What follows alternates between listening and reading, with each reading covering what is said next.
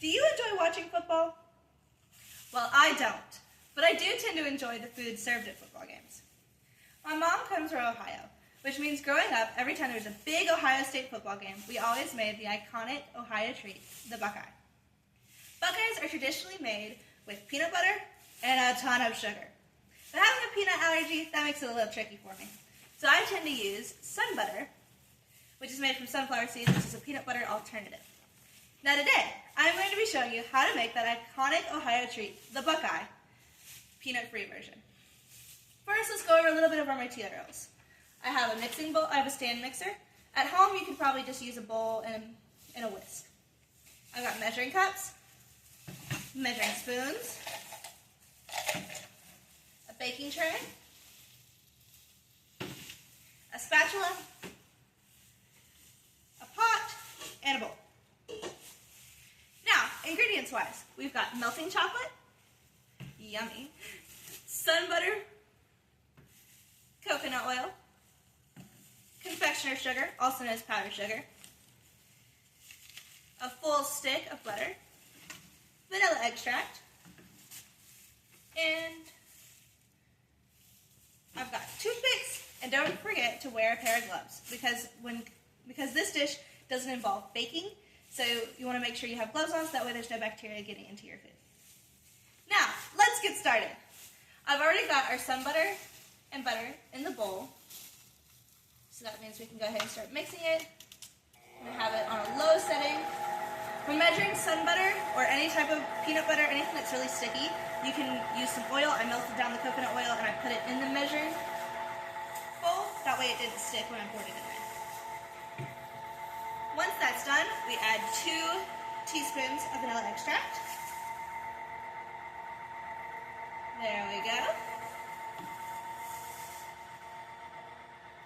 Then once all that is creamed and mixed together, you slowly add the confectioner's sugar. Now most recipes for Buckeyes call for a ton of sugar.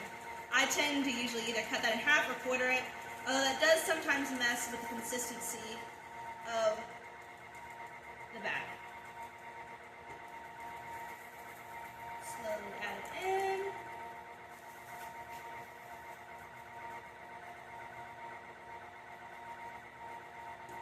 There we go.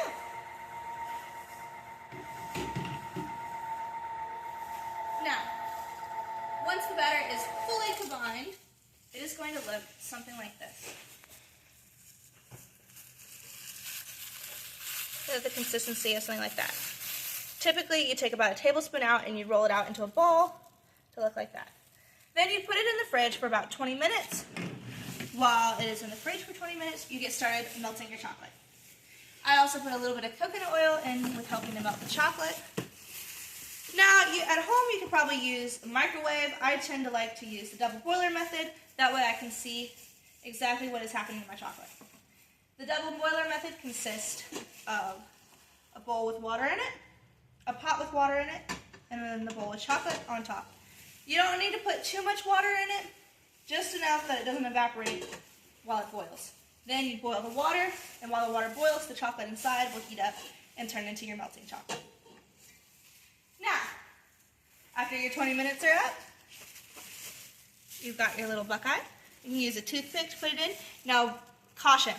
Anything on the stove is hot, so you must be careful when using anything on the stove. Be careful, it can be a little bit sticky. Right. I have my pan ready. Then you sit it in for about another 20 minutes to let the chocolate harden. And when it is done, it looks something like that. Doesn't that look delicious? Now, next time you're craving a sweet treat, try considering making one of Ohio's iconic treats, the Buckeye. Thank you for listening to me today, and have a great day!